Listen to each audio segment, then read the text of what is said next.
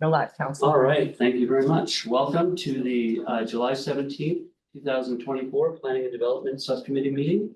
I am the chair of P&D, Jason Groves, City Council at Large. To my right is Val Gilman, at Large City Councilor and Vice Chair. To my left, Lynn Benson, Ward 2 City Councilor. Sitting next to him, City Solicitor Dan Egan, we have Danielle Argentino, our Assistant Clerk, and Sherry White, our Clerk of Committees, who will control all of us with a short leash. We have 3 items on the agenda tonight.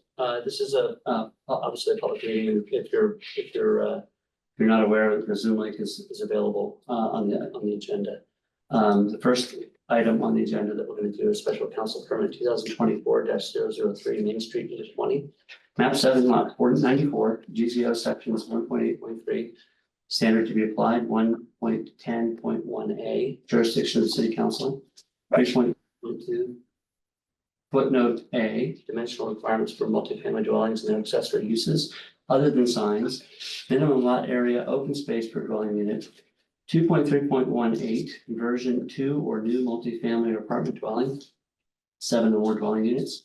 3.1.6b, building heights in excess of 35 feet. And 5.75, special permit criteria for a major project for the conversion to a mixed commercial residential space in the central business district. With that big mouthful, what we're going to do is we're going to get a presentation from Deborah Ellison, who is going to go through the project and where we are to date. The current status of the overall application is that it is in the planning board's hands, and they are waiting for third-party review of, I believe, engineering. Anything else? There's another couple on traffic. Okay, I didn't realize they were going to review the traffic. I thought I heard that they were, but I I may be haven't wrong seen about the that. scope. Regardless, that they're going through a third-party review system. As soon as they get that done, they will then pass on their recommendations to the City Council. We'll bring it back to P&D, where we will debate it and deliberate then. And then that will go to public hearing at the City Council to be voted on. So tonight is just an informational meeting.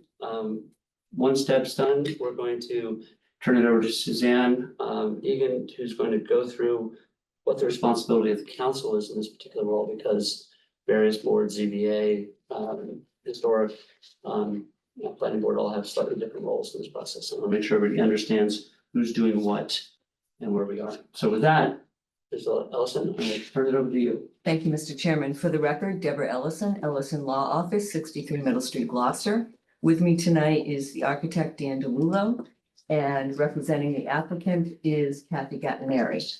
The applicant is 20 Main LLC.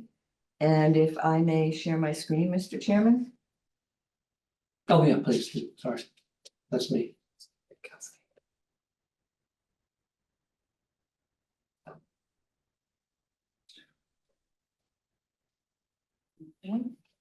The applicant has hired several experts with regard to this project. They've hired the architect, Mr. DeLullo, surveyor and civil engineer is Hayes Engineering. The structural engineer is Carmine Garancino, Room and Garancino, and the traffic engineer is Jeffrey Dirk from Vanessa and Associates. The property is located at 20 Main Street, and this is a picture of what is currently at 20 Main Street. The applicant is requesting quite a bit of relief, as you can see, for a project of this size. This is not unusual. They are seeking a special permit to authorize the conversion to a new multifamily building with 7 or more units. A special permit for a major project with 11 or more dwelling units. A height exception to permit building heights in excess of 35 feet. The height will be 37 feet 4 inches above the average grade. And special permit to lesser the minimum lot area and open space per dwellings. The applicant intends to convert the property to a mixed commercial residential space, bringing a retail use back to the street front. These are the floor plans for the building. The project will contain 24 dwelling units and 1,100 square foot retail space on the ground level, which is right here. There'll be a lobby for residential uses. They'll have a mailroom, trash storage, And it'll be the building access for an elevator also. The property is consistent of all one bedrooms that range in size from 896 square feet to 1,190 square feet. There's a bedroom, there's an office, and then a combined kitchen dining room and 2 baths. The office, because it has a window, qualifies under Title V as a potential bedroom. So the stormwater report included that as a bedroom. So it looked at 48 bedrooms instead of the 24. The parking project will have 26 parking spaces as shown on the site plan. There'll be 2 handicap spaces, 24 units, and therefore 24 spaces are required for the residential units, and there'll be 2 additional spaces. It's been the applicant's experience that in buildings of this type, many of the unit owners will not have cars. According to the 2017 Housing Production Plan, citywide Gloucester is a place that overall requires a car. It has a walk score of 41 out of 100. Downtown, however, has a walk score of 94 out of 100. And walk score is how you analyze how close the amenities are. And a score between 90 and 100 is considered a walker's paradise. It means that most of the errands that you need to do on a daily basis, you don't need a car. So the walk score between 25 and 49, which is the rest of Gloucester, most errands do require a car. So although we will have enough parking spaces under the zoning ordinance, we anticipate that many occupants will not have a car. This is a good location for additional housing. It will provide more housing units, which we desperately need. There's availability of local shopping, dining, and other amenities for the residents. The 24 residential units will also be customers of the businesses that exist downtown, so to give a base for the nearby merchants. There were 28 letters of support from surrounding business owners and other businesses with regard to this project when we went before the ZBA, and those were presented in the application to the City Council. And there were 27 letters of general support. The project has received approval from the Zoning Board and the Historic District Commission. The project does require that we comply with the inclusionary zoning requirements, and the project will comply with those. The applicant is required to either have 3 units at 60% AMI or 4 units at 80% AMI. Many of us recognize that units at 80% AMI are not affordable to many Gloucester residents. That's approximately an income for one person of $95,000. And my understanding that in Gloucester, the AMI is approximately $65,000. So the applicant recognizes that there's a disconnect there. So the applicant has agreed to do more than what is required. The applicant will provide 3 units at 60% AMI and 1 additional unit at 80% AMI. So it's 1 more unit that's required, and it will be 3 units at the lower income level. This creates a better benefit for the residents of the city and will allow more Gloucester residents to qualify for the units. The project requires a lot of permitting, as you know, and it has evolved somewhat since the beginning when it was first presented to the ZBA. These are some of the changes to the project through the ZBA as well as the Historic District Commission. And that's what's been presented to you. So what I would like the architect to do is to go through sort of that evolution, just to give you a sense of how it has changed. I don't know if you want to do it from here, Dan, or go through the pictures. We'll start out with the basic changes that we made, mostly in regard to comments from the Historic Commission and some, in the long run, common sense items. We started out with a 4-story building that had 7 units per floor for a total of 28 units, and the building height was 45 feet. We essentially lopped off the top floor, reduced the ceiling heights a little bit, and we've come down to 8 units per floor for a total of 24. When we had the 28 units, we had 28 parking spaces. We reduced that to 26, so that we've got 1 space per unit plus the additional 2 that Deb mentioned. And those 2 units will be very handy for the retail space that's on the first floor. We originally had a combination of various types, we looked at various types of siding on the building, including, combination of clapboard and stucco, clapboard and granite and brick. Ephes, which is acrylic stucco. I'm sure you're familiar with it. We had it in a brick pattern. What we've done is we've gone to a brick veneer on all four sides of it with a granite base on it, which is very much what you'd see in the rest of downtown. We started out with balconies on the front of the building and some differentiation in distances from the street. For instance, on the first level, we were on the sidewalk. On the second, third, and fourth level, we stepped back and had a longer deck on the first floor with patios up above. We eventually moved all of the balconies to the side of the building because the Historic Commission didn't really want to see that much activity on the front of the building. They didn't want those balconies out on the street. So we do have the balconies on the side of the building from which a lot of those units still have an ocean view or harbor view, let's put it that way. Looking over the St. Peter's parking lot area. To make some difference to the neighbors behind us, we moved the rooftop equipment from the back of the building. It wasn't in the back. We had condensing units over the units on the roof. We relocated those to the front of the building and we screened them from the residences that are up on Middle Street. And then the last thing we did was we eliminated a retaining wall and we added a landscaped area. We originally, when we had the 28 parking spaces, this site was essentially paved. But if you look at the site plan now, that whole left rear corner where it slopes up to the back properties where it's all treed, we've left that pretty much intact for us, except for a couple of parking spaces. So I mean, here's what we were looking at originally with the step back in the front of the building and the balconies above, and the balconies on the rear units on the side of the building. 4 stories.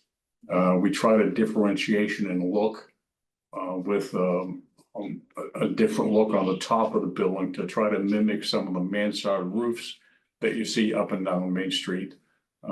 It didn't work for us or for the Historic District Commission, and I think that's when we essentially cut the building down 1 story. That's another look with the mansard on top, and the balconies recessed. And this is the final configuration with the flat front, the retail space with tall glass on the front, and the balconies rotate to the side.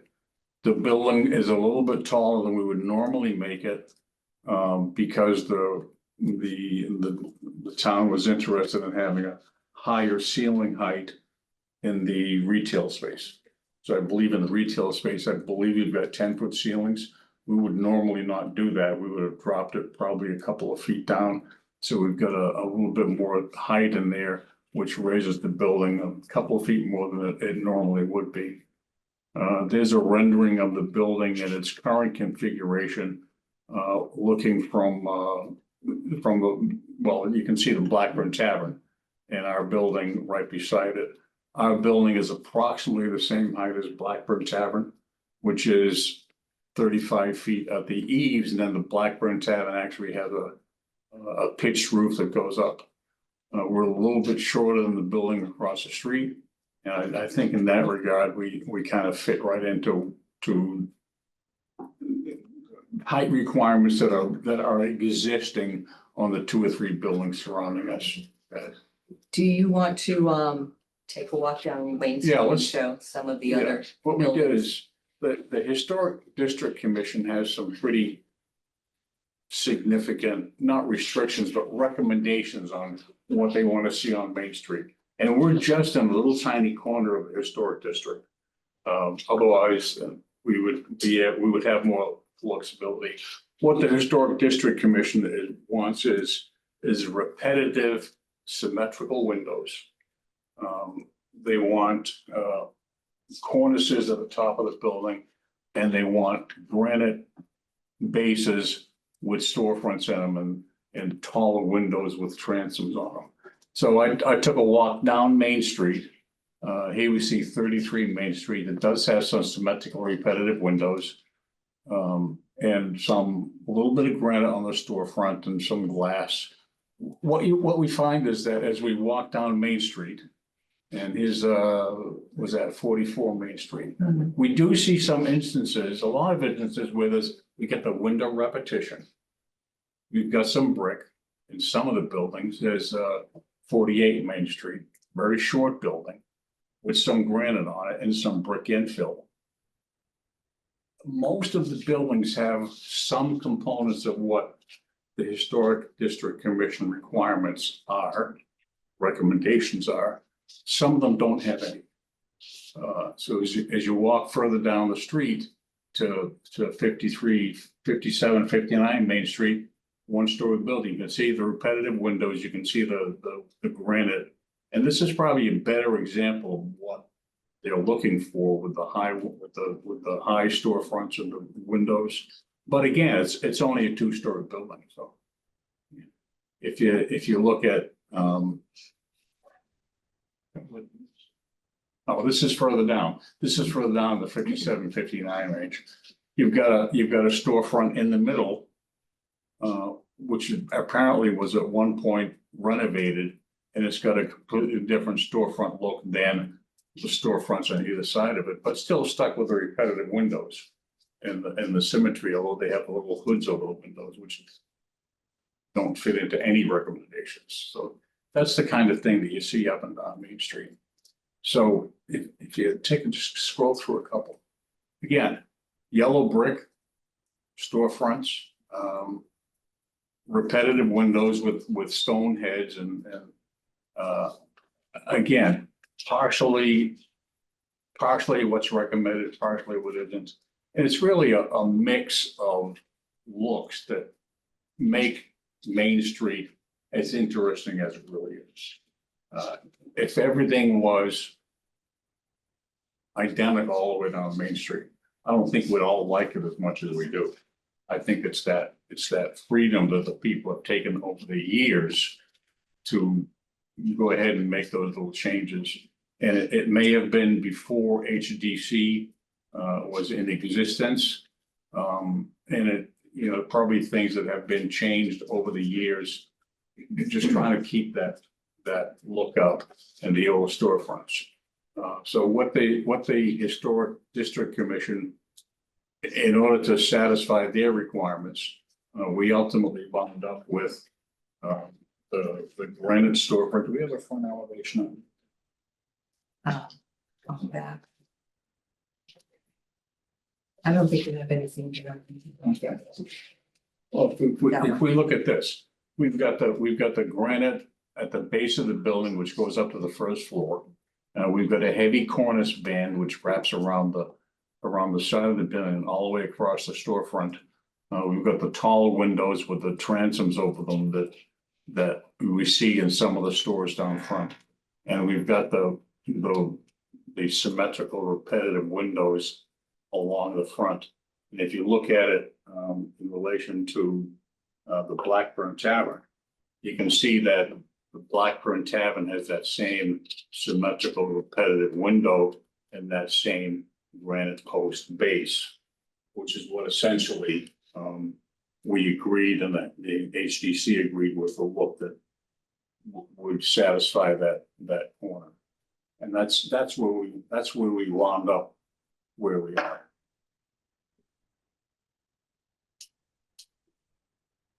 So I'd like to briefly go through some of the requirements.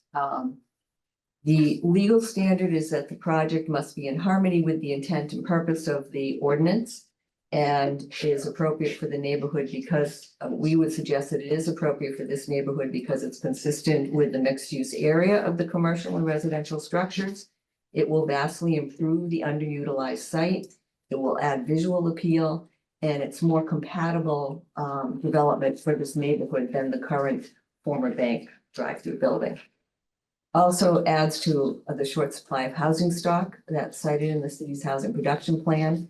And the height is needed to allow the ground level parking under the building and also to provide the higher retail space ceiling height. It also allows the building to blend in with the surrounding buildings. I would suggest to you that it satisfies the 7 factors under 1.8.3, as well as the requirements for the major project under 5.7.5. With regard to social, economic, and community needs, as I said, this current building, a former bank building with a drive-through, most recently used as offices. It's not in keeping with the other buildings in the historic district. The project's more consistent with the highest and best use of the property and more in keeping with the mixed uses along Main Street. The applicant's project will bring a retail use back to the site and residential housing and add revenue. The site's a desirable location for the addition of residential units. It will augment the customer base of the nearby merchants without impacting public parking on Main Street because it will have enough parking to satisfy the zoning requirement. And it has support of the business neighbors and the business community at large. The on-site affordable units are in excess of what's required under the GZO and will be provided as part of the project. With regard to traffic flow and safety, there is 1 off-street parking space required in the CB district for each unit, and we have that, as well as 2 additional parking spaces. Downtown is pedestrian friendly, it's walkable, and most residents will visit the downtown businesses by walking, which would lead to public spaces, parking spaces free for residents who and visitors who are more car dependent in more car dependent areas of the city. The access to the site will be by Chisholm Court. Chisholm Court will be expanded. It's a 12-foot easement. It will be expanded to a 20-foot access so that there will be adequate access for cars coming and going, as well as for the fire department. Let's see.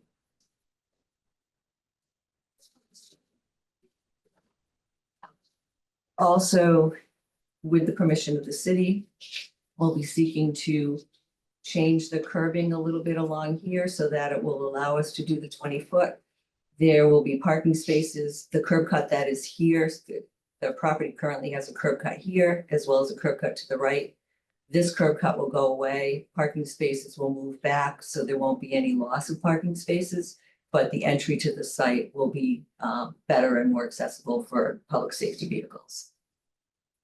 With regard to utilities and other public services, the utilities will be updated as necessary and will be adequate to meet the needs of the project.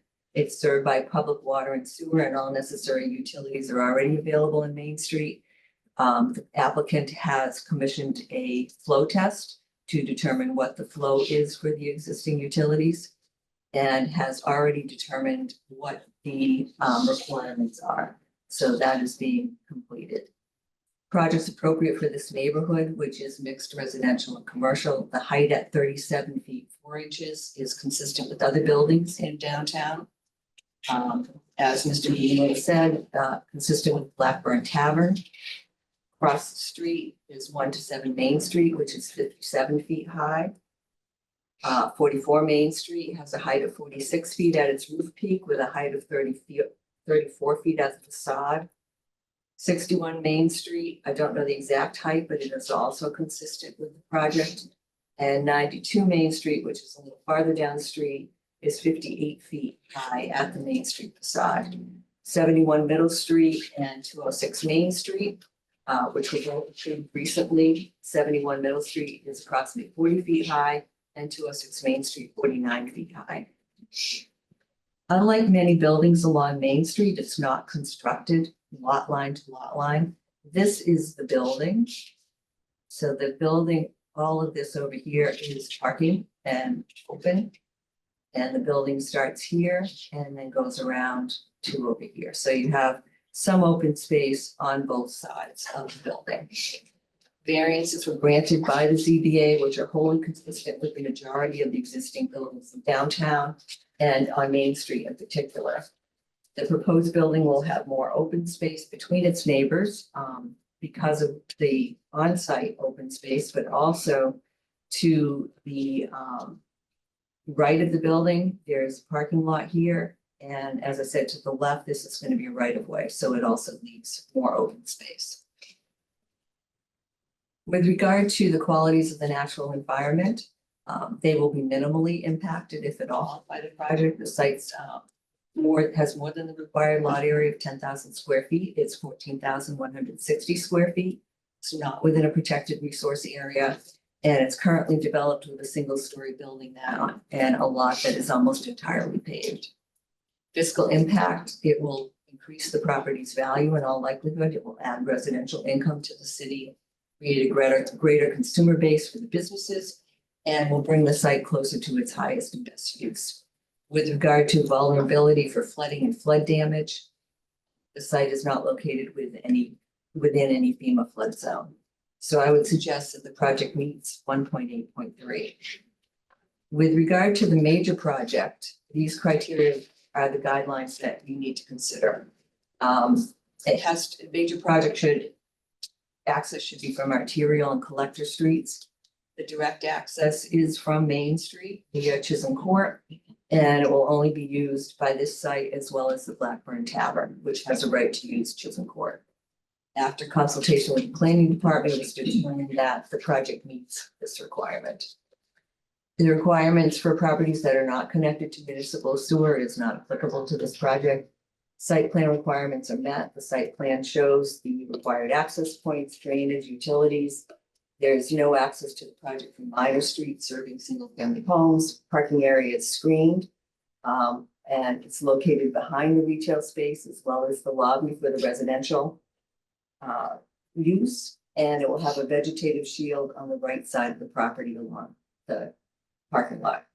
Lighting will be down lighting in the building. Egress from the project does not require residents to back out from the public way. No major topographical changes are contemplated, and the landscape plan will incorporate shrubbery and other plantings along the side of the building to again mask the parking. All requirements of the zoning ordinance are satisfied. And with regard to multifamily residential use in a non-residential district is allowed, you must look at whether the public good is served. The purpose of this guideline is to avoid citing municipal residential uses in a commercial area or business area where the uses of the businesses would be noxious to residents. And we don't have that here because it's downtown and we have a mixed use, and it's actually beneficial to have a residential use in this area.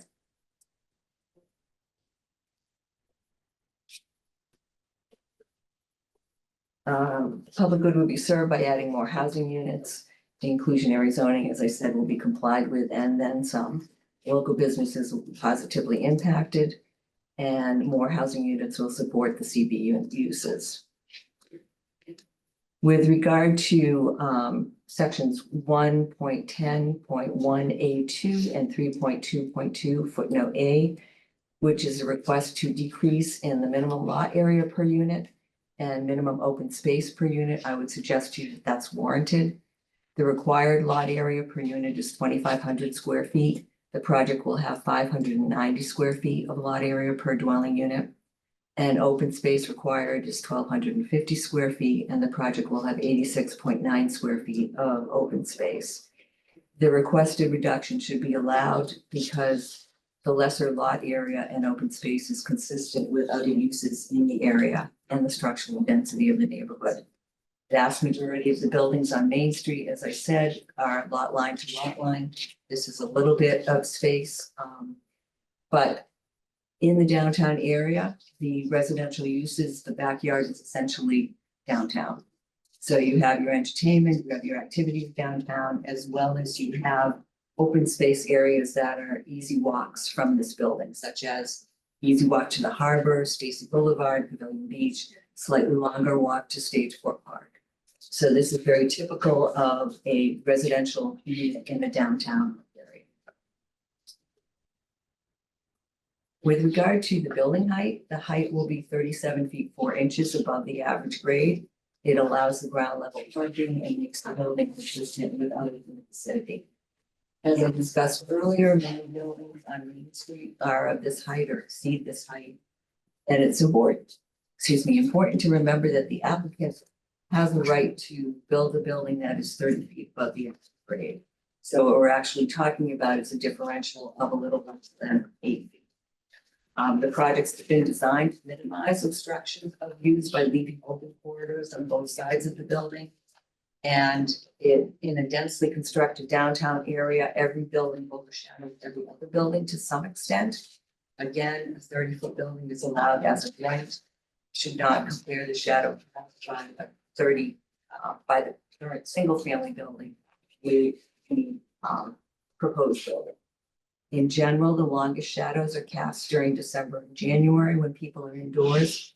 And due to the elevation of the residential units behind this building, there is minimal shadowing of these properties even during that time of the year. So I'll ask Mr. DeLullo to go through the shadow study with you. What we did is we took January 1st, we took the first of every month at 2:00 in the afternoon to see where the shadows fall. So we'll start out with January 1st at 2 p.m. And this is a situation where the shadows are the longest. And you can see at the top of the screen, the residences that are up above the retaining wall. And even at this point where the shadows are the longest, you can see that the shadow just barely touch those buildings.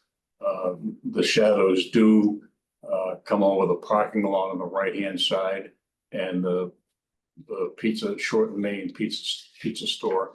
But for the most part, our shadows don't affect very much the surrounding properties. So we can just scroll through February 1st, 2 p.m. You can see how the shadows change a little bit.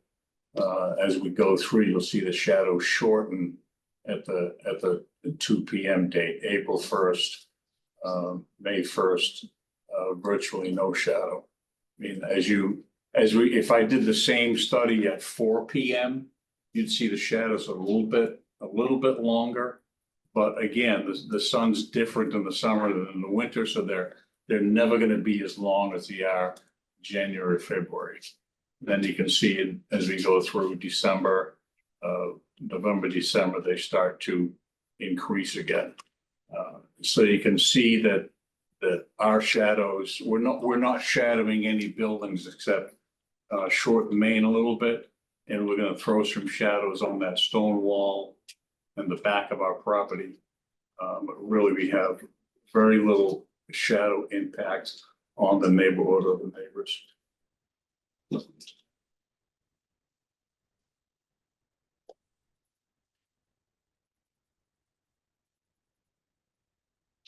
The applicant, as I said, has hired several consultants, and they have filed reports with the city that should be available online. The traffic study was done by Vanessa and Associates, a well-respected organization. They determined that there will be minimal traffic impact in this area. The stormwater report that was done by Hayes Engineering determined it will not create any new untreated discharges or stormwater runoff, and that the project proposes no new point source discharges of stormwater and very slight increases in the peak rate runoff. The utility report, also done by Hayes, determined that the estimated peak demand would be 11.42 gallons per minute. And that, as I told you at the beginning, was based on double the number of bedrooms. So it's a very conservative result. The flow test will be done by the applicant's consultant Metro Swift on July 23rd, next week. And that will determine the existing capacity of the city system. And the results should be available shortly after that. The structural engineer Ruben Garancino determined that no excavation will take place within the retaining wall zone influence. And the engineering department and planning department recommended third-party review regarding the stormwater report, the utility report, and the applicant has agreed to that. Our only concern was the delay that it would cause, but we have agreed to have it reviewed. And I'm hearing tonight that they will also be reviewing the traffic study. So for all these reasons, I would suggest that the project meets the standards, and we're happy to answer any questions. Well, good, thank you. I should point out too that yesterday you had a site visit, planning board did. hosted a site visit. I was in attendance, Margaret Grace was in attendance, Tony Gross was in attendance. It was held by the planning board, it was their party, but we did have an opportunity to view the property and ask questions, which we will take another opportunity with the city council, probably, you know, in the coming weeks, we'll sort out an appropriate time for, so that Dylan can be there as well. At this point, did you want to ask a question? No, was gonna I'm say- just saying Oh. in me. Oh, and Just you, oh, Dylan. sorry, I Thank thought, I thought you. I'm starting myself. There you go, well, Don't forget me. I know that you're always available. Thank you. I'm sorry. I thought you were 24/7, ready to thank ask a you. question. So I guess the question, do you want to talk to you, so give you an opportunity to go through again what it is the council is looking for? We should ask questions maybe. What do you wanna, well, I'll go through just Yeah. a little bit, right? So I think that Attorney Ellison went through the criteria under the zoning ordinance, which was accurately reflected as to what is in the zoning ordinance, and I can just talk a little bit about the process. Because the major, as you know, but just so that everybody is assured that the process is a little bit different when you're reviewing a major project application, because you have the input from the different departments. So it's Public Works, Engineering, Conservation Commission, and the other boards and commissions will provide their input to you. Also the fire department. I believe the fire chief has done that to date. And the planning board reviews the project also as you are undertaking your project. And they're the ones who really review the project with regard to the criteria listed in the zoning ordinance. So that's why they're doing the third party review. They're retaining those consultants, and they'll go through their process, provide a report to you, to this committee, and then on the basis of all of that input, then you'll do your deliberations and consideration. So that will go to the city council, will be recommended to the city council, and then the public hearing. And then the city council, on the basis of your recommendation and the testimony and all the applications, all the documents submitted, will make the final decision on the city council. So it's not a lengthy process, it's a thorough review, I would say, so that you're gonna get a lot of input, you're gonna have a lot of review of the project, and also you're going to have the planning board or the experts, planners in reviewing the project, make those considerations under the particular sections of the zoning ordinance with the third party review reports for you to consider. You know, I think that this committee, excuse me, city council is familiar with this process. It's it allows for a lot of input and a lot of consideration. So if you have any particular questions about the procedure or the criteria, I'm happy to answer that, but I think that the applicant did a good job of setting out the specific criteria. Remind me, does the planning board have a public hearing prior to their vote? It's not a public hearing. I didn't think so, Yeah. okay. Now, questions? Either of you have any questions about this? I have two Yeah. procedural questions. My first question, through the chair is, where are these documents that were listed? Are they in Google Docs? I mean, how do we find the documents of those 5 items that were posted earlier? So that's one of my questions. I can respond to that. I can respond to that. I believe I can. So if you go onto the city's websites, the planning board has the packet. They have a lot of the information that was presented. I believe it's also in the city council packet that is attached to your The agenda. original application. I I don't think it's. I didn't see It it. doesn't have a thoroughness I- in this report. I so. didn't see it. I in have the seen it packet. in both, the city council and the planning board has an online Dropbox type thing. Mm.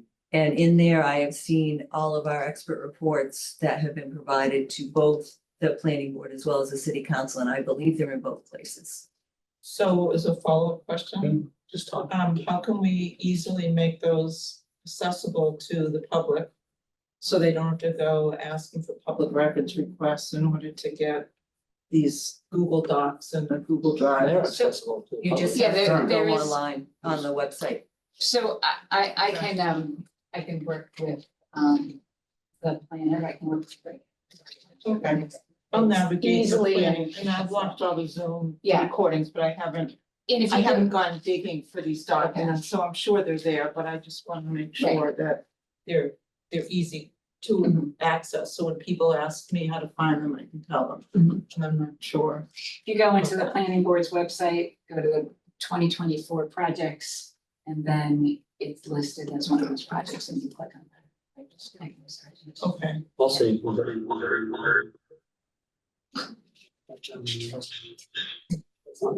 the presentations to the planning board of the various traffic study, remind me, the engineering report And the structural, are in the last planning board meeting. they were at the last planning Yeah, board so meeting. Yeah. those are available to view if you want to watch the presentations that they were given. Okay. Did you have any questions about the application? No, I have another procedural Yeah. question with your permission. So we did this position, I mean, this special counsel permit was advertised and we opened up the public hearing, we continued it, correct? Correct. Okay, so, is everything kosher based on the fact that we're continuing it? I know that the 65 days we opened it before the 65 days from the date that it was Yeah. certified and stamped, so, okay. But, are there any issues that we have to be mindful of if this continues past a particular date? No, I think I can respond to that also. So in working with the city clerk's office, the city clerk has a pretty tight schedule that they track these matters once they're submitted, what the specific deadlines are. So I don't think that you have to be concerned, if this council has to be concerned about when things will be scheduled and when they'll be continued to, because that will be tracked for the support. Okay, great. Effectively, we're really not supposed to go much further than this until we get the planning board. I understand, yeah, definitely. Absolutely. Yeah, I have several questions. My first question is, there were conflicting communications that I saw regarding the retaining wall. And if you could clarify that, I just wanna be, if you could just tell me, where is that gonna be right now? Is the retaining wall going to be touched? Is it not gonna be touched? Please clarify. Okay, the existing retaining Yes. wall will not be touched by the building or touched by the new retaining walls that are going in there. At the site visit we were at yesterday, there's an appendage that sort of sticks out that is not structural. And some of those blocks may be cut, but they're not structural. Okay. And they wouldn't necessarily have to be cut, but aesthetically it would be better to do that. And Is that they're correct? actually shown on the engineer site plan. Okay. Yeah. Cause I wanted, just for the public record, cause I was reading some communications that the existing retaining wall will be touched, and then seeing other communications that it wouldn't be touched. So for the record, if you can clarify that, that would be most helpful. Okay, for the record, it will not be, the existing retaining wall will not be touched by the building. There will be there'll be an analysis of it. The structural engineer will look at it to see whether there are any issues with it that need to be corrected. Vegetation may be removed, but there has to be a determination of whether it's better to leave the vegetation or take it out. So to that extent, it'll be analyzed, but it's not part of the project and it's not going to be used structurally for the project. Another question that I have, you talked about parking and you talked about folks not having cars.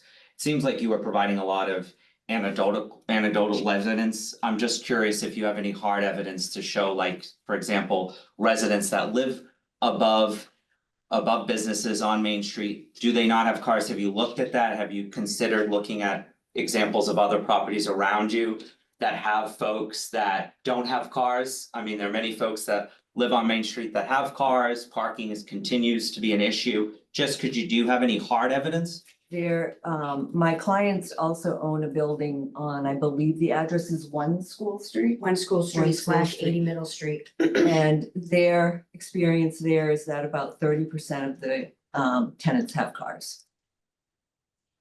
And you also talked about how this will vastly visually improve the parcel. I didn't really see that in that presentation.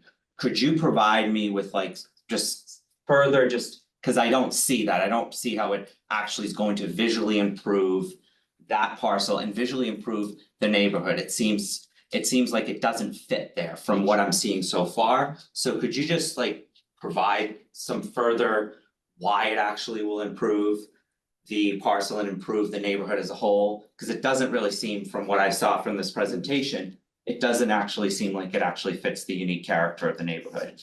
So with regard to what's there currently, it is a drive-through bank building. Clearly not historic, clearly doesn't fit with the historic district, other than the fact that it's brick perhaps. So this will be more in keeping with that, with the historic district and the style in the historic district as Mr. DeLulo went through. And the Historic District Commission, which is charged with making that determination, determined that yes, this is consistent with the historic district and consistent with the buildings in the historic district. So I would rely on their jurisdiction and their expertise in making that determination.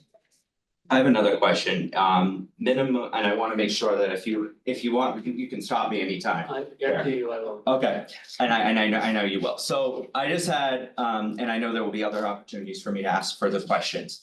I have a couple more and then I know you may shut me off. So just another question is, you talked about minimum impact of the natural environment. Can you elaborate, because I saw it from the presentation, but if there's anything further that you could add, that would be helpful to the public who's listening and to me as well. Thank you. Let me just add quickly, will there be a landscape plan for the back corner and the area that's along the edge of the building? Yeah, we'll ultimately wind up with the landscape.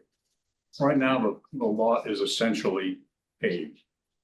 And it will be essentially paved, except we'll be providing up the right side of the building a 7 to 10 foot wide landscape strip up the right side, which separates it from that parking lot that's behind Short and Main. And the sloped treed area that's on the left rear corner of the site. Although we're taking a couple of parking spaces out of that, that'll be cleaned up. There's a lot of overgrowth. I think that the intent would be that we get that strip up the right side of the building. We've got the big curb cut on the front of the building, where we've taken that curb cut out of the street. Gives us the opportunity to do some landscaping actually out on Main Street, and to replace at least one of those trees we're taking down, and to clean up that left rear corner. So I think the whole thing is going to be a lot neater than it is right now. You know, provide probably less paved area than it is right now. Somewhat. Okay. Well, I will, if I can, I have some questions that have come in from constituents, and if it's appropriate to ask those questions, I will be asking them. Is that appropriate? Okay. Why did the developer decide to move additional windows facing Middle Street properties, and what value does it add to the neighborhood character? May I? Yes, please. The windows facing Middle Street were put there at the request of the HDC, who thought that, believe it or not, that the windows, particularly on the first floor of the building, the first residential floor, would be great if they had a view of the stone wall. And they thought that the residents on Middle Street would like to have windows on the back of the building rather than just look at the back of a brick building. And it helped us a little bit because it gave us more light into the back of some of those units. So they originally weren't there, worked out with the HDC, and that's how they went. And my understanding was that was also a request of one of the buildings on Middle Street? I believe one of the neighbors on Middle Street 35. asked if it makes sense for us to put windows on there, so. It wasn't originally our first choice, but now they're there. Do you have any questions? Just want to take a turn. So I do, and I think I know the answers, but I just would like to Sure. hear them. So the 3 units at 60% AMI and the 1 unit of 80% AMI. Those are all 4 would be deeded in perpetuity, correct? Yes, Oh, they'd be subject to a deed restriction in perpetuity. okay, And we would agree to a condition in the permit to that. okay, great. And then I have one more little question. My question is. The butters were duly notified of the advertised public hearing that has already been advertised, correct? Yes. Okay. I just wanted to can check. Was supposed to Yeah. check on I that. have to Yeah, answer that's- something. Been on PhD for 9 years, so Is that it? it's good. Yeah, the rest is just for me. Yeah. Site visit. No worries, I have several more, but I'm gonna end it here and then we'll continue as we'll have more opportunities to ask questions. The developer, engineer, the architect, the lawyer at the planning board meeting on June 20th, 2024 indicated that they do not want to build too close to the abutters on the left side of the building. So I'm just curious, could you elaborate on that a little bit? I'm not sure what you're referring to. So the left side of the building, a lot of it is a right of way. So we obviously can't build in the right of way. And we've agreed to expand the entrance to 20 feet. So that left side of the building has to stay out of that entryway. And it doesn't, so as you go back, the building just stays straight. It goes, maybe I should pull up the plan. Yeah, that would be easier for me to explain.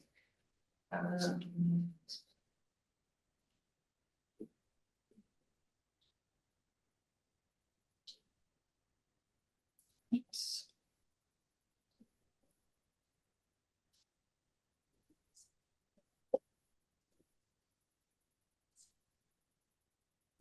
So this, as I'm showing with my cursor, is the line of the building. So the building, we cannot and do not want to encroach on Chisholm Court, which we can't. And also the additional 20 feet that we've agreed to allow as access. And so the building then goes straight back. Here will be parking spaces, so there will only be the garage here. I don't recall saying we didn't want to get closer to the left side. I don't think there was any specific reason as to why it's just goes straight back. So I could be mistaken, but I don't remember saying that. Okay. I'll end it for now there. There are more questions that I've had from myself and also from constituents. And just looking that some constituents have expressed concern. I'm gonna allow the constituents to express that concern as we move forward. But I think as of now, I'm gonna close it for now. And if you've got questions, now's a good time to get those out. We're certainly happy to answer any questions and to hear what the concerns are, while we're still going through this process. There is concern, well, with Well, that being obviously, we said, know that there are concerns that people don't, not everyone likes the project. We got that, yeah. Can you bring that diagram sure. back up again? Real quick? Sorry about that. I wanted to talk, just if you could explain the parking structure underneath where those cars are going, and also, are you saying the city's agreed to having bump outs on the? No, Oh, okay, because this is. I'm trying to figure out what that little bit down there is. This is how we have suggested we would like to do the entryway to accommodate the fire trucks. Obviously, we would need city approval to do Okay. that. So we would be speaking to the DPW with regard to that. Because you can see the swing of the fire truck as it comes down Main Street. You're worried about people parking Up too close Up to the easement Exactly, and up the parking lot on the right hand side. And that was raised at the zoning board. So this was our proposal, but of course, it would be up to the city for us to be able to do that. Alright. Do you have anything? No, No. Okay. Yes. And you have anything else? No. You have anything else? You sure? I do, since we actually are talking about fire trucks, thank you. Has there been any discussion to do, now I'm not an expert, not a developer, but has there been any discussion of doing like an independent fire safety study to see how these trucks can get in and out? If that makes sense.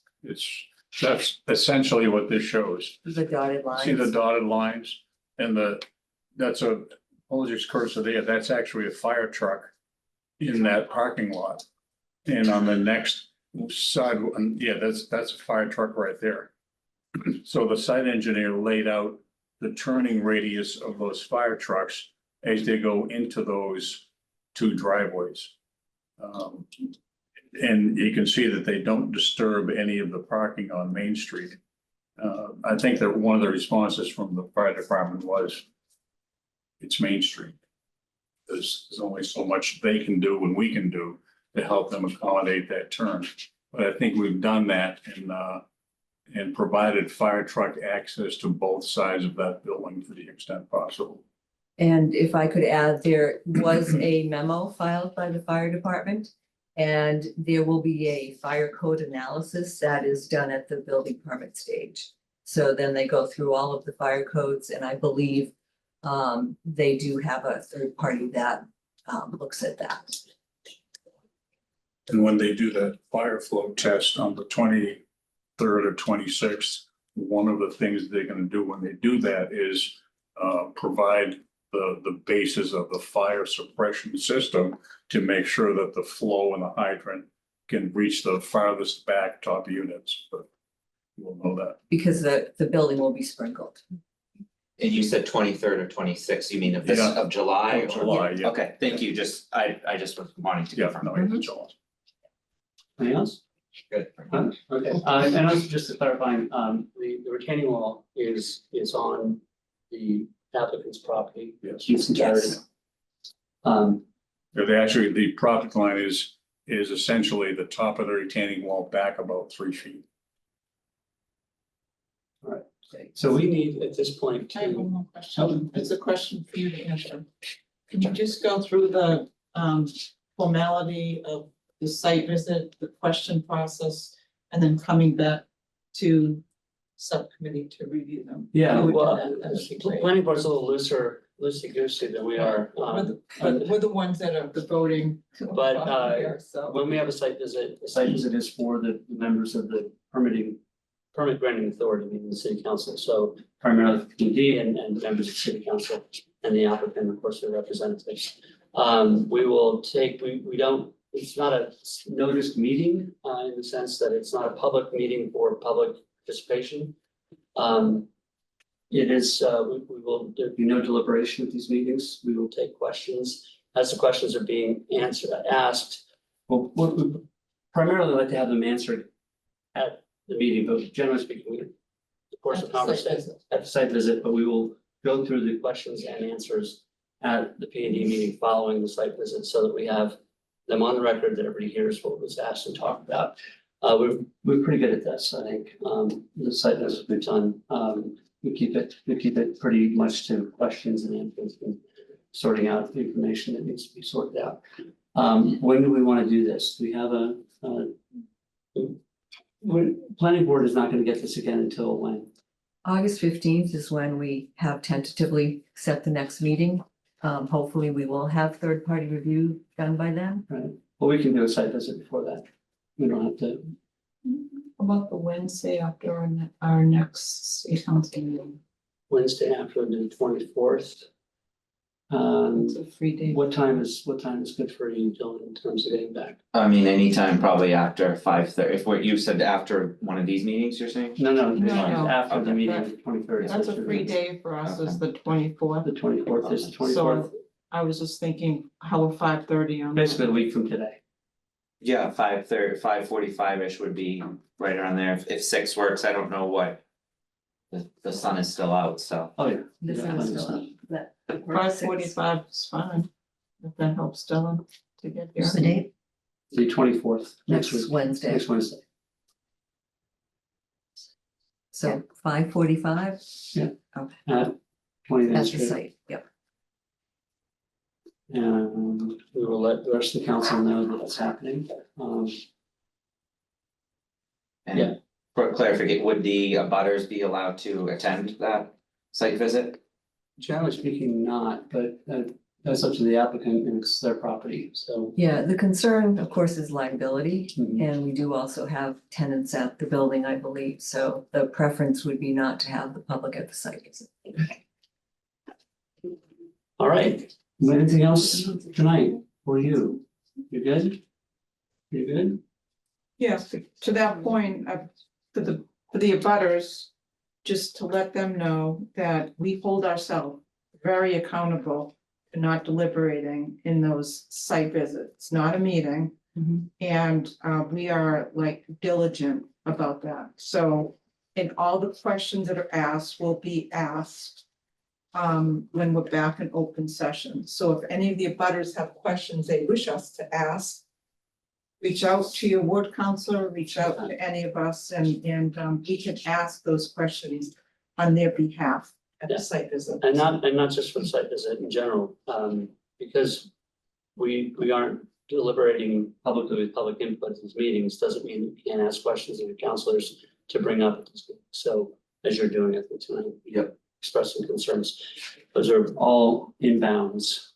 So with that, thank you very much. We will Thank you. see you at the site visit. We will await to hear the results of the planning board's third-party review and their determination, and we'll keep moving forward on the process.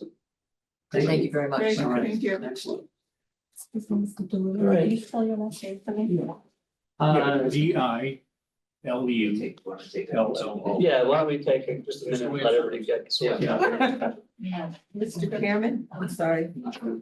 Mr. Chairman? Yes. The only thing, I guess we didn't talk about is the next meeting before P and D. Will we be notified by the clerk? Yes. Okay. I thought I mean, the thing is that other than the site visit, Nothing we can we do. won't really have anything to talk about until we hear from them. I mean, we'll keep the notes, we'll assemble the notes from the planning, for the site visit, and we'll submit those to the record so that people have an access to that. Okay. So you would probably want to continue this until another date.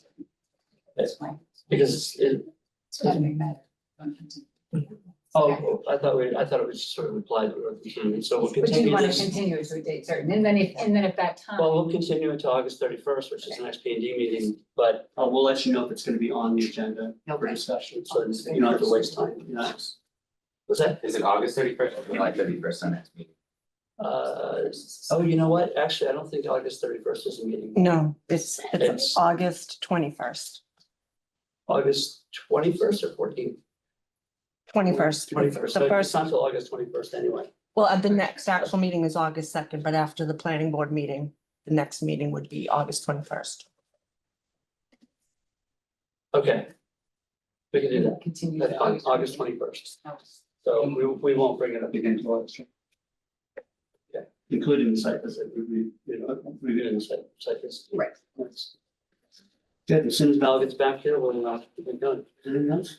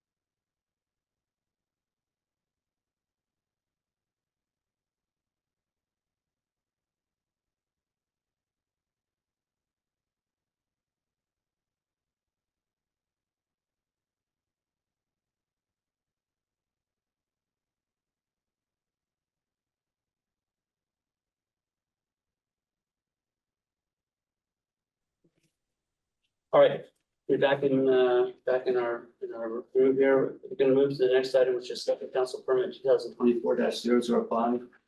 Leonard Street, number 36, with 121, lot 14, GZO 2.326. Other principal uses, subsection 4, arts and crafts and sale of arts or crafts if made on the premises in the R20 district. This was originally, this is continued to 6/17/24. So with that, we bring in our applicant who is via Zoom, Mr. Johnson, Doug Johnson.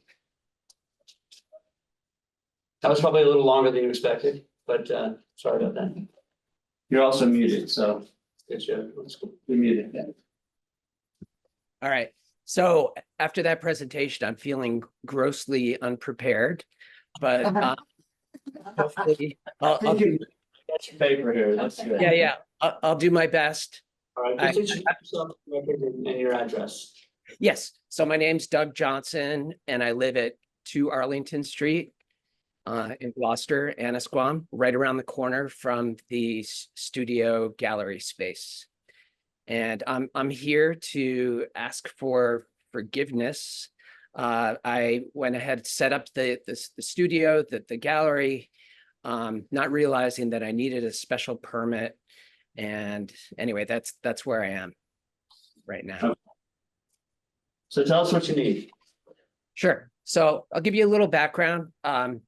So I've lived in Annisquam for 10 years.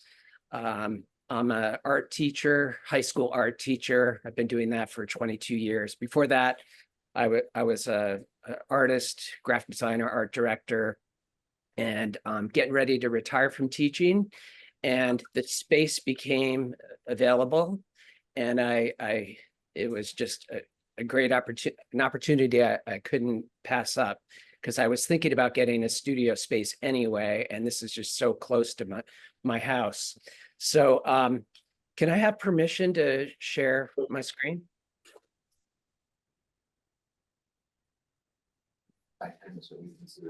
Yeah, we're good. Yeah, I got this out of the computer too. So. Okay. Here. Shoot. I don't see it. Okay, here we go.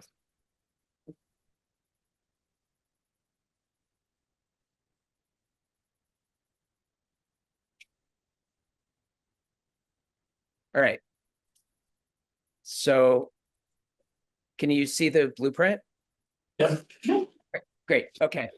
So the space is 660 square feet, pretty small space. And my idea was to make the back space my studio. The front space would be the gallery space. The gallery would be functional mostly during the season, spring, summer, and fall, and coordinate with the Annisquam Exchange, the art gallery upstairs, the arts and crafts show, things that are going on within the village hall and around the area as well. So before I signed the lease, the space was used as an interior design company. And before that, it was a real estate vacation rental office for many, many years. Before that, I understand it was the post office for the area. So this is the outside of the space. It also has the front sort of covered deck area, which I really love. And so I'll go to the next slide. This is what it looked like before when I got it, and started working on it, painted, added lights, good gallery lights, finished the wall in the back. That wall, the blue wall, was there. It just wasn't closed in on the back. And where the the tape on the floor is I built two little panels to display art. There's a lot of windows in the space. So and this is what it looks like today. And I'm also part of the deal was so I'm working with Steve Harris. He's one of the trustees for the Annisquam Village Association, and he asked me to. He basically wants to beautify the area, and in addition to being an artist, I'm a fanatical gardener. So I said I would take care of the gardens in front of the gallery, and basically all of the window boxes and the little gardens in the area. We put in a native, we took out these hostas that were like overgrown in front of the exchange and put in a native pollinator garden in front. And anyway, so that's part of my mission is to make the place look great, and of course be part of the community. So I want to show the work of people and local people. I already have met so many local artists, and I have lots of friends that are artists as well. Maybe show some of my work. Right now I'm so busy teaching, I don't have that much, but my plan is to once the summer season is over to really get going in that back studio and start making some art. So far I feel like it's been really well supported. It's been well received. And I'm super excited about it, and I hope you agree. Do you have any questions? Good. Do we have any questions? Can we just review exactly what we're permitting? We are, Well, Jason is permitting. Doug, I will share with you that I was Mrs. Darling in Peter Pan, and I'm on the board of the Annisquam Village Players, and I used to spend a long time on your front porch rehearsing my 2-minute monologue, which was a big stretch for me in terms of my blocking and my memorization. So I'm very familiar with that whole front porch. It means a lot to me. So. I love that. That's fantastic. Yeah, I've gotten to see like a lot of the things that are going on, the Annisquam Village Players, and I've met, a lot of those people have stopped in and to say hi. And yeah, anyway, I'm just super excited to be there and just being part of the whole scene. But thank you for sharing that story. A nice space and Yeah, I so, love yes. it. I'm just looking at 2.3.6, and it's conversion to a new multifamily apartment building. So I'm puzzled that we have the right. 2.3.6, other principal. In the zoning ordinance? Sorry, I'll pull up, yeah. I'm on GC 2.3.6 right now. Want to make sure we have the right.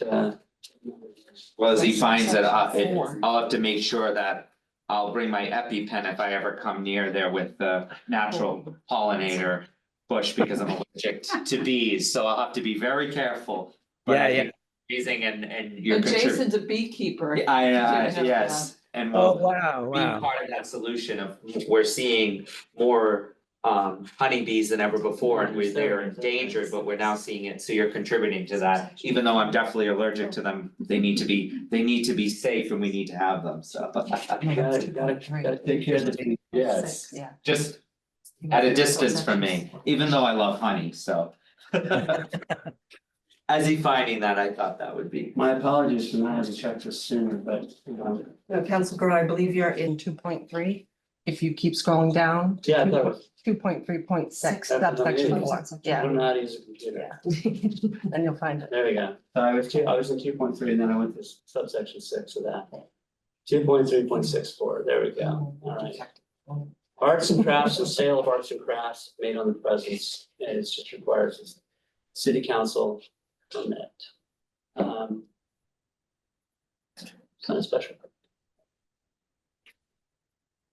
And will the full council, just for the record, will the full council Well, need to approve we have it? to have a public hearing, that's correct. July 23rd, Okay. it's already been advertised for. Yeah, it's Thank just you, a, that's it's just true. a, Thank you. yeah, it's a pretty minor special permit in terms of special permits. So we don't even have to go with 1.8.3. Yeah. Yeah, so we just need to make sure that we agree that this is a, Because it's not a, an appro- well, it is a use. I don't think he does though. no, because they're not subject to the same things. We can check that out. Yeah. I think we can all Oh, agree. wait. I think he is. So he's- Yeah, Oh, he did. Yeah. Okay. yeah. Well, let's go through very quickly for the record. I'm feeling we're stupid here. Your 1.8.3 conditions, you did submit those in an application. I did read them today. Do you have them handy? Or do you have them handy? I have them here. Want me to read them? Why don't we just talk about, yeah. Okay. Do you have them? Doug, do you have that at your fingertips, or do you want me to, and Jason to just kind of discuss them? Yeah, no, I have it. I'm calling it up right now. Okay, Knew that, Brad. All right, I've got it. great. Go for it. You wanna put them up on the screen and just go through them? Oh, do you want me to do that? Yeah. Sure. Okay, yep.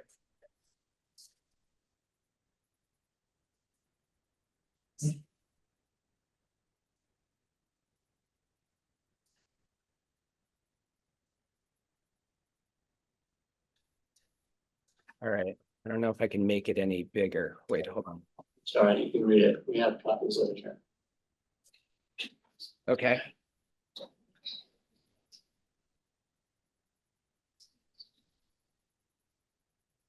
So which page would you like me to show? It's the 1.8.3 standards to be applied for a special permit that you filled out. Okay. You explained how any impacts on traffic, fiscal impacts. So actually, it turns out I don't have that. Oh. I remember, I think I left that out and then I had to add it. I have a full up.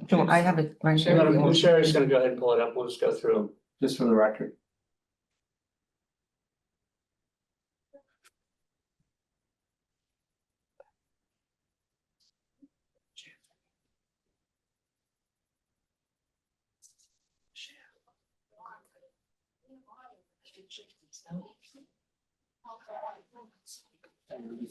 All right, great. So Doug, can you see those? Yes, Let's go, so why don't you just go ahead and go through them so that we can have them on the record in your Okay. voice. in my voice. Okay. Is there any way you can make it a little bigger? You need glasses? You don't have to read the microscopic type under there. I think that was, I think we can zoom, they can zoom in. yeah. So you want me to read this? Yes, please. So it's, We don't have to read the whole thing. You can just talk about. Sure. Social, economic and community need, just in general terms, because we have it here. Just there it in is. Okay, very great. general terms, tell us why There you go. these apply to your application. Okay, so the Anasquam Studios will serve two purposes. The back room is going to be my art studio space and for working on personal projects. The front room will be used as a gallery space to show my work along with the work of local artists and friends. There will be periodic gallery opening receptions to meet the artists and, serve refreshments. What else? We're Planning to align shows. Yeah, so I'm working with Julia Bishop and aligning my shows with the opening receptions in the old schoolhouse gallery upstairs. And basically, the farmers market, the Annisquam Village Players. And then I talked about how Annisquam has a strong history of, artists and supporting artists. All right, so and the traffic flow and safety. So I don't have, do we need to put it, we don't need to worry about the fact that there's some parking spaces there.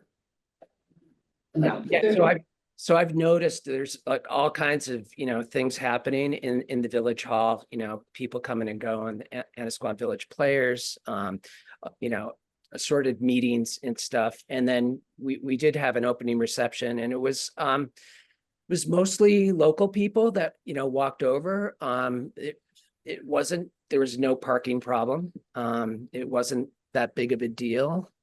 So it was really what I anticipated. Adequacy of utilities and public services, no substantial impact on that. No. Definitely not. Structure. Yeah, so I'm not really doing anything to the outside except for, the gardens, and I did paint the building needs a lot of work, and they have repainted the front of it, and for some reason the deck, which was peeling, wasn't part of it, so I took care of that. And definitely no impacts to the natural environment and potential fiscal impact. Well, I know for sure I'm not going to be making a lot of money doing this. So, but it's been super rewarding, and just, getting to know all these different people, different artists, and, people coming and, enjoying, the show, and, enjoying food and just each other's company, and just artists, being in the same space. All So right. I actually have photos up there right now of this was a really big thing that happened. So a friend of mine that lives right across the causeway, he's a professional photographer, Walter Bibico, and he had these amazing fiesta photos. So he basically travels around the world, photographs things, and then sells them to images, to like Getty Images, licenses his work. But he had these like personal, amazing photos of the fiesta. So we printed those out and timed it out so that the opening reception was the same weekend, fiesta weekend, and it was mentioned in Good Morning Gloucester, and it was so cool. All these, people showed up, and they saw, relatives in the photos. It was really awesome.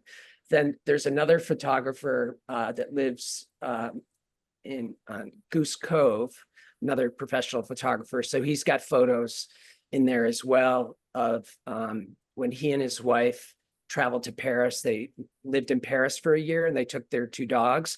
So they photographed their dogs in iconic places in Paris, and then turned it into a book. So those photos are on display as well. Those iconic places will be quite on view soon. It will be. No, you say. You have questions? No, I will just say that like art is an integral part of our community as much as the fishing industry, and I think this brings great value, and I will be supporting this. And I appreciate your time and effort in your presentation here today. Thank you very much. Thank you. So, any questions? No. Okay. Then we should make the motion and deliberate. That's okay. Sorry. All right. We're all friends here. I do have a question. Yes, ma'am. I'm sorry, It's okay. For the record, yeah. No, just strike those comments and make them I- stay. I maybe should strike that from the record and then I'll say it again, I do after have we a deliver. question for our corporate committee. Can you just review the dates that the city clerk's office received this? The inspector, planning director, on the first page of the application for the record. So for the record, the application was received by the city clerk on May 29th, 2024. It was referred to city council, received by city council on June 11th, 2024. Prior to that, it was signed off and certified for completeness by the building inspector as well as the planning director on May 23rd for both of them. The public hearing is scheduled for. July 23rd. July 23rd. Yeah. Thank you. Very good. All right. If there's no further questions, I'll go ahead and make a motion. No, you can eloquently restate everything you just said. I'm gonna move to recommend the city council grant special council permit 2024-005 under Gloucester zoning ordinance section 2.3.64. Other principal uses for arts and crafts and sale of arts or crafts if made on premises for 36 Leonard Street, Assessors Map 121, Lot 14, zoned R20, and is shown on the undated plan submitted to the special permit application entitled Swamp Studios. The application under GZO section 1.8.3 is deemed in harmony with the intent and purpose of the zoning ordinance governing special permits. And I so move. Second.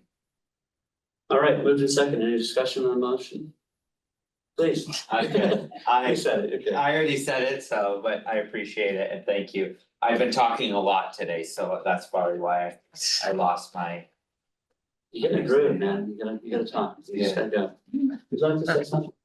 Or- Doug, I'm Four, delighted four. with this project. I think that it's unbelievably timely. It's a tremendous benefit to the community. I was the ward counselor for Ward 4 for 8 years, and I've been a active member of the Ennisquam Village Players for about 13 or 14 since I started performing there with my, at the time, 8-year-old son, who's now 24. I just think that it's what you're doing for the community and the neighborhood and all the elements of 1.8.3 standards to be applied is super. I can't think of a better place for this type of opportunity for an art gallery than in the heart of Ennisquam. So I will be supporting Thank you. it. Thank you so much. That means a lot. Yeah, and I agree. It's a great use of the space. It's a great addition to the neighborhood, and I wish you all the luck in the world on that. Thank And hopefully you'll make a lot of money out there. Well, Probably no not. different. Well, no different. That's okay. Having fun. That's what matters. Yeah. That's great. Excellent. If there's nothing else, all in favor? Aye. Opposed, none. Approves, it'll go back to city council, our next meeting is when? The 23rd, so the next city council, the 23rd Next meeting. Tuesday. You'll come to that, we'll go through this again, you'll have a public hearing, then the whole council will vote. Thank you so much. Thanks very much, Doug. Right. Thank you so much. Appreciate it. Okay. Have a great evening. Thanks for your support. Thank you, Doug. I think we're done. Oh, sorry. Just kidding. Renewal of special council, special permit pursuant to Mass General Law, Chapter 148, Section 56, and Gloucester Code of Ordinance, Chapter 22, Traffic and Motor Vehicles, Section 22-153, privately owned open air parking space regarding the Richard Pratt outdoor parking permit at Beachland Avenue number 2. And I believe you are here for that. Yes, I am. Just I'm here introduce to- yourself, yeah, there you I'm go. Joe Montanino, attorney with my office at 186 Main Street in Gloucester. And I'm here representing Mr. Pratt on his renewal of a special permit. And it's been long-standing. It's benefit to the community in that we never, and especially this year, have enough access to the water and access to beaches. It's been a problem because of this tremendous heat, but just generally, we take pride, and I'm sure in what Mr. Pratt has been doing over the years. He has restrooms there, he has showers. He takes care of the barrels of trash, brings them out in the morning, in the evening. It's a service to the community there because it takes away from an surplus of parking spaces when people will come in and take over parking. If they see a little space near a house or something and really log jam up the road going to the beach. It really serves a tremendous purpose, and especially for Gloucester. We have our wonderful beaches, but there never seems to be enough. And I think the premise is you shouldn't have to buy property on the water to access the water. And I think that, we see more and more of places that are cut off. And I think this is just a wonderful thing that Mr. Pratt has been doing for a number of years and doing such a good job at it. I'll entertain any questions if there's any. Any questions, let's start with. So what is because I've been to Long Beach, but I haven't gone in a long time, but is there like a cost, how much is like the cost per person to park here? I'm just curious. Mondays through Fridays, it's $20. Okay, Weekends, it's what the city charges, $35. okay. And for residents, is it the same? Is it the same rate for Same residents? rate. Okay. So for Any other me, questions? Any questions?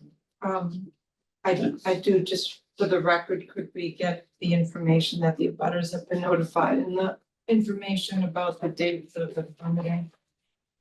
Great. Also, while we're waiting for that, we should note that we got an email from both the building commissioner and the fire department supporting the continued use of the areas parking lot that's permanently moved. Those should be sent to be part of the record. Building department has no issues regarding the open air parking lot at 2 Beach Land. The fire department has no issues to report regarding operations of this open air lot. Regarding related to fire and life safety. These are just sent, so they'll. be Right, part of but the I application. did read that they wanted to put the. We're going to get to that. Oh, okay. Yeah. All right, I'm sorry. Okay, that's okay. We're just doing questions. Any other questions? Did you find what you need to find? Looking for one. It's in the back.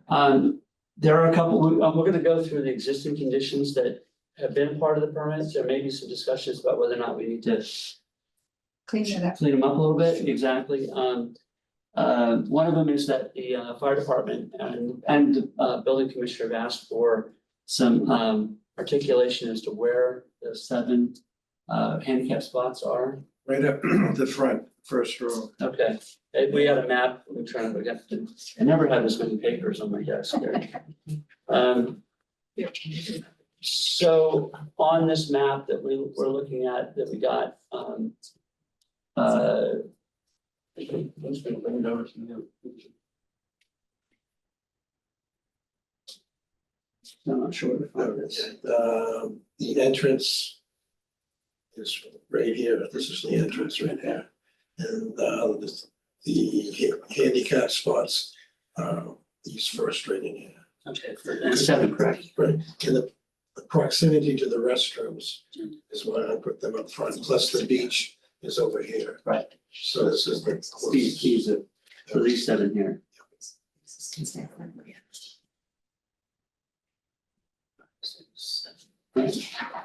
Share that, please. yeah, thank you. Let's take a look at that. It's right at the first group of parking areas. So those first 7 are accessible parking spots. Okay. Yeah, actually, can you let the building commissioner know that, just so he has them on his file? Can I just apologize? I think I sent you down a rabbit hole. Yeah, there. but he did. This is not this is just a Permit permanent renewal, it's not a renewal. special So you council don't, permit. so, We don't have to have a public hearing. so There is a, There's public hearing. Renewal, is that required? typically there has. yeah, no, there isn't a public hearing. There is no public hearing No. for renewal, yeah. Okay. So it's just a condition. So- Yeah. So I think the quick question is, how long has this been a parking lot? 1958. Okay, I just wanted to get some historical context, so I was not around in 1958, but yeah, no, thank you, so. But my family's been around Gloucester way before. Perhaps Yeah. your family will recollect, at one point in time, there was a bus route that went down to the beach Mm-hmm. from Gloucester Auto Bus. And it was so wonderful to be able to, I remember taking that bus, 10 cents it was to get from downtown over to the beach, Wow. but to get to the beach. And it's been ever since then, it's been continuously used in this. No, that's And, fantastic. We've seen so much development. It's nice to have some open space where people can actually go through the water, No, yeah, you know, and. Big fan. Absolutely. Socially a wonderful thing in the community. I'll make comments once we do the motion for that, so. so very quickly, let's go through before we make the committee recommendation, let's go through the existing amendments or conditions of the permit. And if there's any that are no longer relevant, we can look at those. So the lot will hold no more than 225 cars as per the site plan on file with the city clerk's office dated October 31st, 2014. And the number of vehicles allowed by this license shall be posted. So that will continue. Exactly. Following information shall be posted, the hours of operation. You post it just for, Posted, what are they? 8 AM to 5 PM. And what happens after 5 PM? People can leave their When cars. we and leave the restrooms open, we have signage that the restrooms close at 7. Mhm, We have a cleaning crew that comes in at 7 and cleans the restrooms. okay. And then people are supposed to have their car out. They're not supposed to leave them overnight. There's also signage for no overnight parking. So some people like to stay till 8, 9, 10 o'clock. But then that's okay, but that would be okay, yes. You guys get out of there. So if they wanna stay and have their pizza at the beach, they can do that. Should we just get out on then? Just repeats. Let's see, an attendant shall be on duty for those hours that the lot is in operation. Shrubs along the front of the property shall be maintained. I'm assuming you maintain your shrubs. Prior to the issuance of the license by the city clerk, the applicant shall pay over to the Cape Ann Motor Inn the grand sum of $100 for the maintenance of the Gloucester portion of Long Beach. Is that an ongoing thing you got with Brad? Is he happy with that $100? Okay, we're not gonna up it to $1,000 or anything like that. I do most of the cleanup on the beach. I had kids that get on the beach every morning, pick up the trash. All right, great. I mean, I'm assuming we would hear from him if there was an issue with I that. was very happy with the $100. Brad has always been a deep supporter of Yeah, this good. whole concept. Right. Current approval by the Board of Health regarding the toilet facilities and the fire chief must be on file with the clerk's office. We had a question about that one real quick. So we don't, Sherry, sorry, to interrupt. Can you remind me, the Board of Health does or does not have to be on file? Does not. Okay, I got confirmation from Dominique Hurley today, excuse me, who states we can't see any instance of septic and we do not control public restrooms or porta potties. So I don't believe Okay. that needs to be included any so I think further. when we make the motion, we amend that, remove that requirement out. But we are gonna add one, which is having to do with approval of the building commissioner, to make sure that all everything else is up to speed. Yeah. That again, that should be just a matter of doing that. Let's see, number 7, the city of Gloucester will be not held liable for any claims for the parking lot operation. 8, counters to be used to count the number of cars coming into the parking lot, and a daily log be signed and maintained by the applicant to be made available to city officials upon request. Is that what's the point of that? Is that just to make sure that you don't have more than 225 cars at any time, but the counter is not gonna do that? No, because people leave sometimes after a couple hours in the morning and then somebody else comes in, you wouldn't call that, you know, it's the same space. Okay. 25 is the same space. All right, so just take Yeah, it. what it means is 20, that's That's it. at the time, that Any can given go. time, yeah. Any given time, yeah. Some people like to come at 4 o'clock after work and Yep. take a dip. All right, we're gonna take a look at that one. 9, grass to be cut in around the parking lot all times at the permit holder's expense again. That could be incorporated into number 4. Without having to be. Number 10, barrels to be brought in at the end of the day and brought out in the morning of the season of operation of the parking lot. You indicated you already do that, and that the automated teller machine on the lot be in operation during business hours only. Do you Only. maintain an ATM there? I'm The sorry, ATM. we have an ATM there. And it's only at the hours of Right. the operation, not Yes. Okay, so you turn it off when you leave? Well, the office that we collect the money from right there is shut down. Okay, so They it don't- doesn't they really can't, matter yeah. then. Okay, all right. And the license is going to run from, the date will be May 1st, 2025 to April 30th, 2030, correct? It's a 5-year license. That's correct. But effectively for next year. Yeah. All right, so do we have any questions on the conditions? And then we'll go and make a motion. Is it, my one question, is it ever full at one time? Like, I is wish it? it was full all the time. We usually get about 10 to 12 fills a year, Okay, you know, when it's really sunny and hot. Usually we get 40 to 60 cars a day. but people forget Long Beach, is it is, Everybody wants to go to Wintersheen, Yeah. Good Harbor. but Long Beach is just as beautiful. Always. And it's long. And it's so hot. The surfers want to go to Long Beach, Oh, there's no yeah. place to park, so that's. In days of old, Yeah. used to have a riding stable on the corner of Witham Street and Thatcher Road. And the horses used to come out in the morning at low tide. And they would work the horse. It was so beautiful to see those horses running right down, you know, to Penzance Road, practically not Cape Hatch Beach actually. But it was lovely to see. So as things change, we like to keep some things the same. Excuse me, Okay. Council Grove? Yeah. There is going to be a public hearing on this. It just hasn't been advertised yet. Okay, so when we want to do that next, well, it won't be the 23rd because we got. Correct. You have August 13th or August 27th What's good for you? and into September, Could we do August 13th? August 13th. It's fine with us. August 13. We just have to do that once, correct? Just one advertise. I believe so, yeah. All right, so what I'm gonna do is I'm gonna make a motion, committee recommendations. And I think we're gonna take a look at a couple of those, system conditions. And add a whole bunch more. I'm gonna move the recommended city council renew the license for Richard Pratt for an open air parking lot at 2 Beachland Avenue under Gloucester Code of Ordinance, section 22-153, with the conditions and restrictions as follows.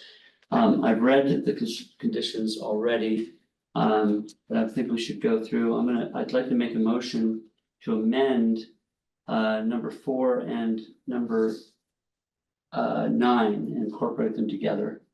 Can you just change it on the fly? Because we haven't advertised. But we haven't advertised it, nor have you made the main motion, so. I was just making it, Okay, I didn't, you were offering an amendment, I thought, well, so. okay, so, all right, fair enough. So I make the motion with the conditions as I've read them. Sure. 'Cause I don't read them. Okay, sure. And I so move. Second. All right, with that being said, let's take a look at some of these amendments just to, I'd like to make a motion to amend the conditions to incorporate 4 and 9 together in the language. To delete and number 6, current approval by the Board of Health, and add current approval by the building commissioner is in that place, and it should be current approval of the building commissioner and the fire chief must be in file with the city clerk's office. And then number 8, counters to be used to count the number of cars. I don't see any reason why we have that, and I don't see any reason why it's not in the code of ordinances. So it seems a superfluous kind of.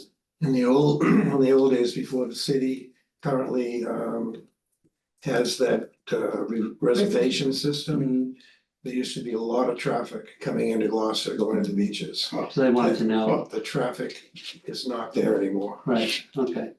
So I would move that we just delete number 8 in its entirety. Yeah. And then, of course, the license date, which I've already read. Can you renumber 10, 11, and 12? To 8, 9, and 10? Yeah, and renumber, exactly. So renumber 8 will lose, number 9 will be incorporated into number 4. Yeah. Number 8 will be deleted, so it'll be 7. Number 10 will now become number 8. Yep. Number 11 will now become number 9, and number 12 will now become number 10. And so number 4 will be shrubs along the front of the property and grass in and around parking lot will be maintained at the permit holder's expense. That fair enough, So clean? So. So that's moved. the amendment. That's the amendment. Okay, I move to support your You're amendment. Second. There you go. Yes. Thank you. Any questions on Thanks this? for straightening me out, please. That's a lot, so. It'll be in the Um, But minutes. it's in there. Can we just vote now? We can, so with we'll vote the amendment. So all in favor? Aye. And then on the main motion, with the amendment incorporated, all in favor? Wait, Or any I wanna- discussion? I wanna- Sorry. Discussion, yeah. Goodness. Okay. So I was on P&D, I was the chair, and we did this 5 years ago for a lot of reasons. We had to add the counters, we had to add on the signs because of the crowds and all the things that you've mentioned. And you were so great to modify that and to do all the things that we asked you to do. I believe that the neighborhood feels that you are absolutely wonderful to in terms of your dealings and your listening to issues and I used to live in Cliff Road over in Briar Neck for many Okay. years. That was my walking route, so I would always be down Another there. area. I know the area and I even know some of the workers that have worked over the years in your lot. So I will be supporting this and appreciate good work that you have done with the neighborhood and with this need for parking. So thank you. Appreciate it. No, I just will say that I'm just gonna support this and I think what you articulated, attorney, what, I don't wanna pronounce your. Montanini. I wanted to pronounce your, what you articulated was correct, beyond correct, is that we need to have access to the waterfront for all people. You don't have to be a multimillionaire to have access to the waterfront. And also, I think you articulated that very well, and I concur with that opinion. And also, of course, and concur with, I think, when you talked about the bus, that would be a great thing to happen down the road, but that's a discussion for another day. So thank you. Thank you. I'll just say that I appreciate the fact that I hear no complaints about your operation, which is great, because that's not always the case. And I do appreciate the fact that you seem to run things very seamlessly. And just for the record, the permit application, there's an annual fee that goes along with that, is correct? Correct. That goes to- all right, if there's nothing else, all those in favor? Opposed, 0. Passes, it will go back to the council on Needs to be advertised. The request is August third, August 13th. but I'll have to confirm. Yeah, but we'll let you know. Yeah, it should be August 13th. Okay, that's right. All right, anything else? Thank you very much. Very good, and Thank you. motion to. Motion to adjourn. Second. Second, all in favor? Aye. Aye. Thank you very much for everybody.